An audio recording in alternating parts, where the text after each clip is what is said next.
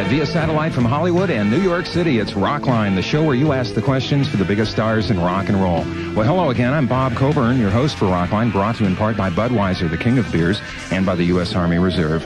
Tonight is a special double bill Rockline with Def Leppard and John Butcher Axis. I'm here in our Hollywood studio. Our guests are at our New York City affiliate, WPLJ. It's party time tonight at Rockline, what with this being our 100th show, so we'd especially like to hear from you tonight. The number is toll-free. It's nationwide, too. Just call 800-421-3222. One of the best bands around, Def Leppard, is currently pummeling American record charts. Their song Photograph from their third LP, Pyromania, is currently #1 across the board. And Rockline welcomes from Def Leppard, Joe Elliott. Hi, Joe. Hi, how you doing? Glad to have you here. We also have Steve Steeman Clark, one of the guitar players. Hi, Steve. Good evening. The newest member of Def Leppard, Phil Collen, joins us tonight. Hello, Phil. Hello, how are you? We have also Rick Savage, further known as Sav from now on. Hiya, Rick. Hiya. Or Sav, I should say. And the other Rick in the band, Mr. Rick Allen. Glad to have you here this evening. Thank you. Good to be here. I understand that you're, well, you've been on tour with Billy Squier, but I understand that you're about to embark on your first headlining tour of the U.S. We'll give the dates for that later, the first time those dates have been given out. What are your feelings about playing for the first time? I understand that at one point you said that America has really never seen the full Def Leppard show because you've been opening for other people. Yeah, that's true. We've been coming here since 1980, and we've supported various bands like Ozzy and Blackfoot and Nugent and what have you. And it'll be nice actually to give people the opportunity to see us doing our full show. We're really looking forward to it, actually. We'll look forward to it, too, and we'll announce those dates a little bit later on Rockline. For right now, from the LP Pyromania, this is Photograph by Def Leppard. Photograph, great song from Def Leppard from the LP Pyromania. We'll have more coming up with Def Leppard, plus a little later on, John Butcher Axis. We'll have the announcement also of Def Leppard's upcoming tour dates, which will be the first that you've heard that. And you can join us on the show. Just call toll-free 800-421-3222. Live via the satellite from Hollywood and New York City, it's Rockline in progress on the global satellite network. Our first phone call this evening for Def Leppard from Houston, Texas. Our affiliate is KLOL, and we have Lisa on the line. Hi. Hi. Hello. Hello there. Hi. How you doing? Fine. Need a question from you, please, Lisa. Okay, why did it take a year after High and Dry for Pyromania to be released? Sorry, what? Good question, actually. This is Sav, the bass player.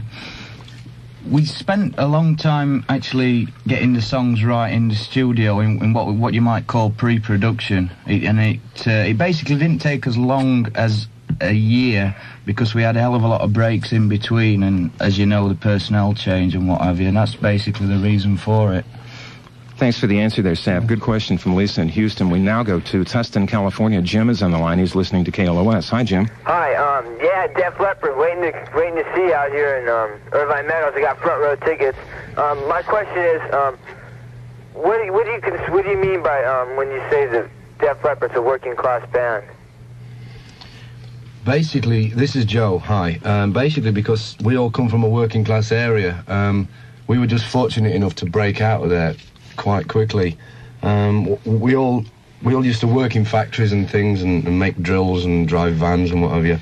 And we were just lucky enough to get the break when we started out and to end up where we are at the moment.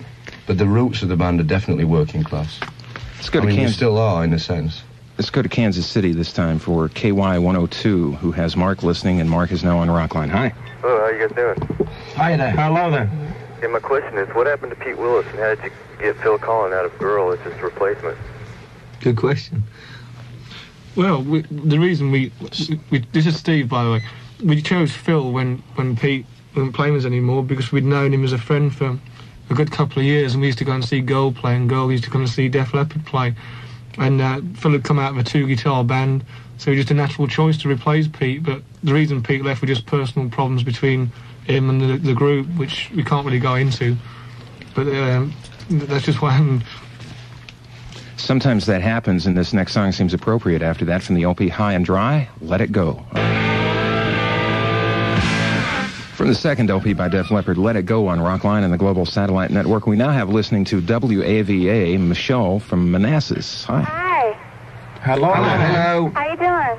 All right. Okay. Good. This question is for Joe. And first I want to say I love you. And I've been reading about how you had problems with your voice when you're recording Pyromania. And I was wondering what you're doing different now that you're on the road so that the problems don't come back and so you don't lose your voice. Well, what happened in actual fact was I got laryngitis in the studio, so the fact is that as long as I don't catch it again, because I caught it through a virus, I'm going to be fine. In actual fact, I've just got rid of it because I caught it in Belgium when we did the European tour. But it's one of those things, it's just like getting a cold or catching flu. Occasionally you get it, occasionally you don't. I hope I don't get it anymore, but when you do have it, it makes it difficult to sing because the schedule that the band's working to, when I have got laryngitis, most of the time I have to actually sing with it, so all the time it should be getting better. It's not actually getting the chance to because we're always performing, but now it's better and it's fine, so as long as I don't catch a bug again, or whatever, I'm going to be fine, so I wouldn't worry about it. Thank you, Joe. And Michelle, all 5 members of Def Leppard are at WPLJ in New York City. That's what Yvonne is listening to. She's in New Jersey, and now she's on the show. Hi, Yvonne. Hi, how you doing? Hello there. Hello there. In which ways do you think American audiences differ from European? And I'd like to know how long Steve has been playing guitar. Well, I've been playing guitar seriously since I was about 12. But as far as American audiences go, obviously they're a lot bigger than English audiences. And that's not in weight, by the way. I think people in America just tend to come to the show and have a good time. And the whatever group's playing, they come to see the package rather than specifically to see one group play.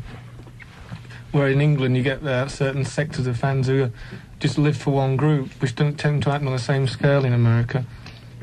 Does it take a little while longer to warm up a European crowd as opposed to an American crowd? Yeah, it does. This is Joe. It does in places like France because they don't understand what you're saying for a start. So, especially for me, having to having to introduce the songs and what have you. What tends to happen is when you finish a song, and say somewhere like in America, for example, when you're playing the big places, it can take about 2 minutes for the crowd to like start quietening down. Whereas in Europe, it's literally about 3 or 4 seconds, because I think the reason they do that is they're listening out for what the singer in a band, in our case, it's me, is what he's actually saying, because they don't understand English often. The only words that they understand are rock and roll, party, yeah, and woo. And that's about it, you know. And as long as you keep doing that, you can get on with the European audience. In England, obviously, it's different because it's English, but in places like Sweden and Germany and France, it's a case of you've just got to talk really slowly and hope that some of the people understand what you're saying. Well, after that, I only have one thing to say. Rock, rock, till you drop. Def Leppard on Rockline and the Global Satellite Network. Rock, rock, till you drop from their 3rd LP, Pyromania. Like to be on the show? We'd love to hear from you. Just give us a call, toll free, 800-421-3222. That is nationwide. More with Def Leppard after this on Rockline. One of our previous guests on Rockline, Sammy Hagar, the Red Rocker. We're back live via satellite from Hollywood and New York City. Our next phone call for Def Leppard from Minneapolis. 92 KQRS is our affiliate. We have Mary on. Hi. Hi. Hello there. Hi. You guys are definitely number one. Oh, nice to hear it, thanks. Okay, my question is, what's the most interesting thing that happened to you on your European tour? Oh, good question. Everybody getting flu. Yeah, basically, actually, that's a good answer. Go on, Rick, you can. This is Rick, by the way. I try to play the drums. No, we all got flu. We had this really cold dressing room one night in Belgium or somewhere, and we'd just come off stage, and of course when you're sweating and everything, you don't realise how sort of cold it is, the atmosphere around you. So everybody went down with flu. So that was basically that sums up Europe. Yeah, really. Europe is flu-ridden. The Def Leppard Infirmary Tour. Yeah. Another interesting thing was the fact that we had a game of soccer against some Frenchmen, and we beat them 13-3. That was fun. All right. Oh, tear gas. Oh, tear gas. Oh, of course, tear gas. Switzerland. Yeah, we did a gig. Yeah, thank you. We're getting reminded by people left, right, and centre here. We did a gig in Geneva. Yeah, Switzerland. And we were about 4 songs into the set, and half the audience left. And we thought, hey, no, we're not this bad. we couldn't really figure out what had happened until, like, halfway through this song, when, well, the crowd left, like, at the beginning, and halfway through, it was like, we all started sneezing and things. and crying and getting really depressed. And like the emotion coming out of the vocals and everything was like, it was really intense. And what it was somebody let off a tear gas canister in the audience. Oh, good grief. And we ended up singing about the next 4 songs, stood right against the back line. We didn't go anywhere near the front of the stage. It disappeared. The crowd came back in. And then another 15, 20 minutes later, this idiot, and that's the nicest word I can say on the air, did it again.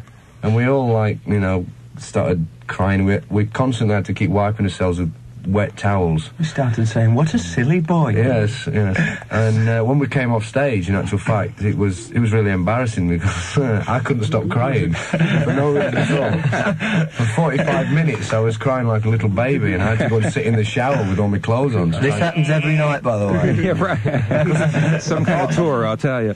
Yeah, apart from making you cry, this stuff really burns your face, and so literally I had to kind of run into the shower straight off stage and just get cold water on you, which didn't help either. That probably brought the floor on.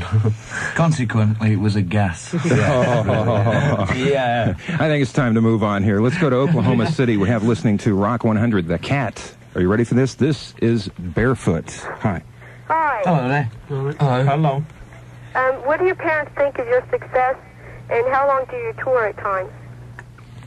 This is Phil. Yeah, everyone's knocked out by it. We're going to be touring for about the next 6 months. I think we've got the rest of America to do, and our headline show.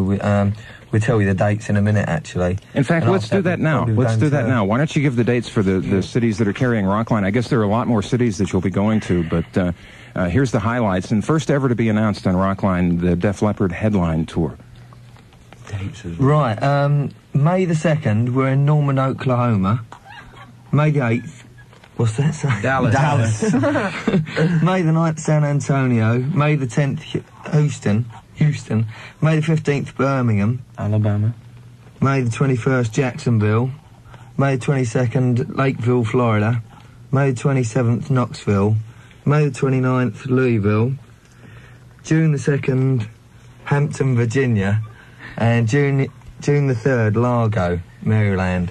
There's a lot more dates, but they're basically the yeah. dates that will cover the people that are listening tonight. We're going to be touring until 15th of September, and then we're off to the Far East to do Japan and Australia and Thailand and anywhere else, and then we think we're doing some dates in Germany when we're finished over here. But going back to what you said before, the thing about the parents and what have you, everybody's parents is really knocked out. That at first, I think everybody's mum and dad in general, my mum and dad especially, it was always the classic, why don't you get yourself a proper job? But as soon as they started seeing the cuttings in the press and what have you, they kind of, without telling you, they used to cut them out and stick them in a scrapbook.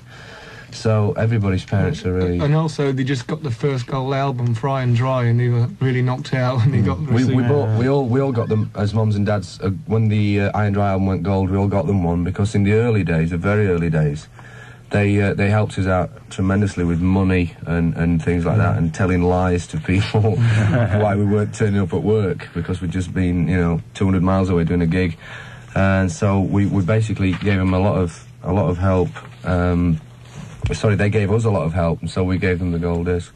So look out, coming to your town soon, the Rock Brigade, Def Leppard. And we'd just like to mention that the special guest on the tour is a European band called Crocus.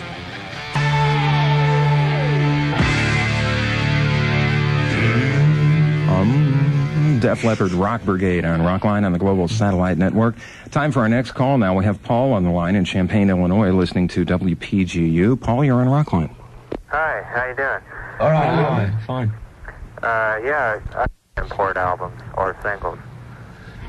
This is Joe. The only songs that have not gone out on the albums, I'll try and go through them from the beginning, is the original EP that we did. We did a self-financed record, which had the studio version of a song called Get Your Rocks Off, which there's a live version of on the On Through the Night album. There's a song called Overture, which is on the album, which is it's on the On Through the Night album. There's the original version that is on the EP, and there's a song called Riding to the Sun, which never got anywhere other than the EP. The only other songs I can think of is a song called Good Morning Freedom, which was the B-side of the single Hello America in England and possibly Europe as well, I'm not sure. And a song called Me and My Wine, which is the B-side of Bring On the Heartbreak.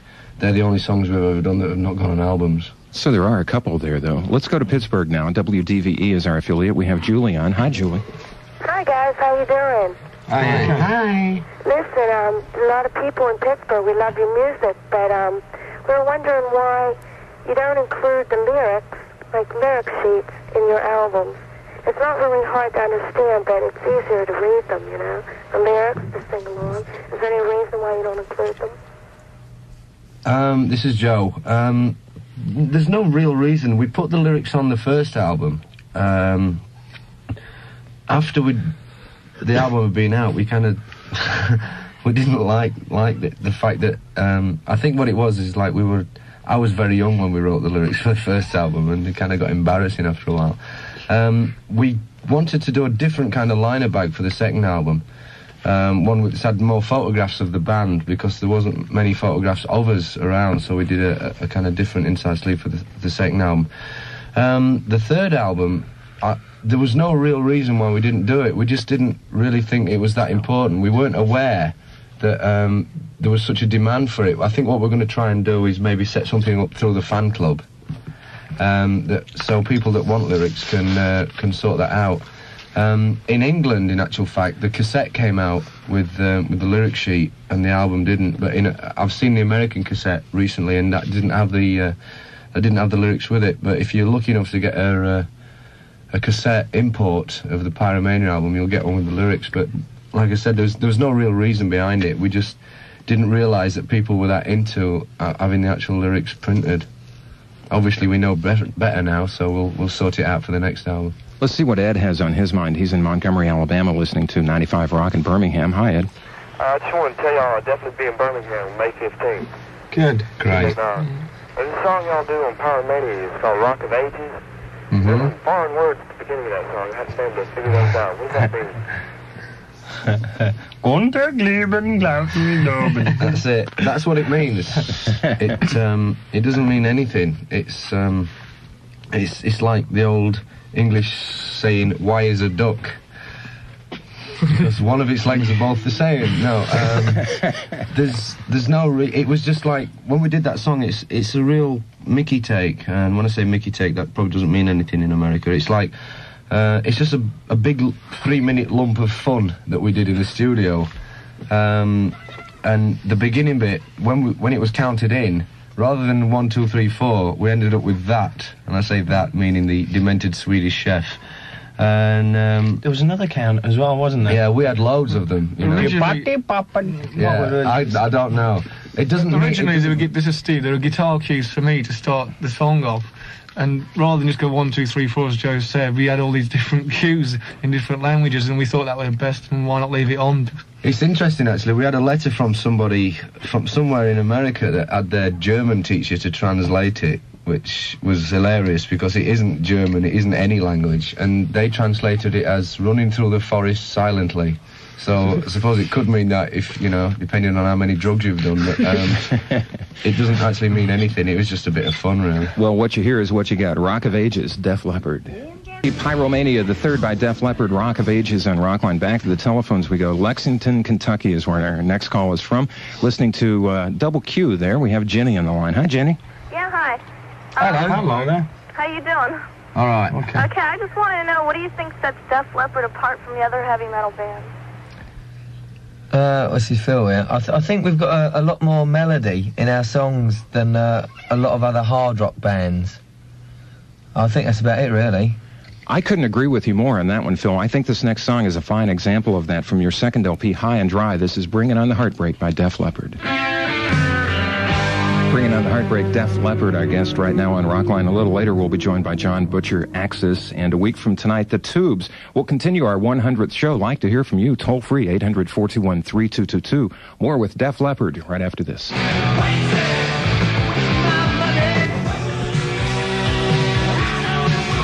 We're back live from Hollywood and New York City. It's Rockline on the Global Satellite Network. We're with Def Leppard right now. Our next phone call from Oakland, listening to The Quake in the Bay Area there. We have Dion. Hi. Dion, are you there? Yeah. You're on the air. Okay. Hello there. Hi. Hi, Joe, Stephen, Phil, Sav, and Rick. Hi. Thanks. Hello. I got two questions. First, how much control does Mudland, your producer, have over your sound? And two, is it as spontaneous and honest as it sounds, or is production really a big part of it? Mutt's contribution to the album is quite big, but it's no bigger than any other producer's contribution, I don't think. It's just that we're a little bit more honest than other bands, whereas if he does something, then we're not afraid to credit him for it. He does have a lot of control over the sounds because he's such a great engineer and producer that his track record alone is not worth arguing about. So basically, we allow him to get on with things like the mixes, but when it comes to recording the songs and thinking up the sounds that we want, it's a complete band decision between the 5 members of the band and Mutt. So he does get a certain amount of control over it, of course he does, because that's his job, but we do put a fair amount of input into it as well. As for the sound that's created, when you're doing an album, you have to try and make it sound as spontaneous and as exciting as you can, and it's very difficult in the studio to actually be as exciting or as excited when you're doing it as when you're playing a live show, because there's no audience or anything in a studio, and it's really a pretty boring atmosphere. But it's hard work to try and create a sound which sounds spontaneous. But I mean, I think we achieved that on Pyromania. I think I'd agree with that. Let's go to Peoria now. WWCT is our station there. We have Mark on. Hi, Mark. Hello, how you guys all doing tonight? All right, yeah. Hello there. All right, first of all, I want to say I really enjoy your music, and I just got the album Pyromania, and I really enjoy it. Great, thanks. Okay, and I'd like to know which album, as a band, that you guys enjoy doing more, Pyromania or High and Dry, and why? Well, it's a good question, actually. This is Sav, the bass player. I don't think you can actually put one in front of the other. It's just another part of the job, in actual fact. High and Dry didn't take as long as Pyromania, but it's almost impossible to say which one we enjoyed doing more. I think the actual outcome of Pyromania was a hell of a lot more enjoyable than High and Dry, because it represented the band fully as we wanted to be represented at the stage. Whereas we look back on High and Dry and think it was good to represent the band at that time. Whereas, like I say, Pyromania represents us at this particular time. So I suppose Pyromania was more enjoyable because of the actual finished thing. But all albums are just like, you've just got to go in and do it and try and get the best out of it, really. Coming up on Rockline, the John Butcher Axis, I'd like to say thanks to Def Leppard for a great record, and also for being on Rockline. Thank you, Rick, Sav, Phil, Steeman, and Joe. It's been a pleasure, you guys. Thank you very much. I'd just like to say before we go... Hang on. Before we go, I'd just like to say, for all those people that have rung in, or wanted to ring in and not had a chance to speak to us, we're sorry that you didn't get a chance, but hopefully you'll come and see us live, and we're going to put a show on that you'll never forget. A little touch of class from Def Leppard for right now, Too Late for Love from the LP Pyromania on Rockline.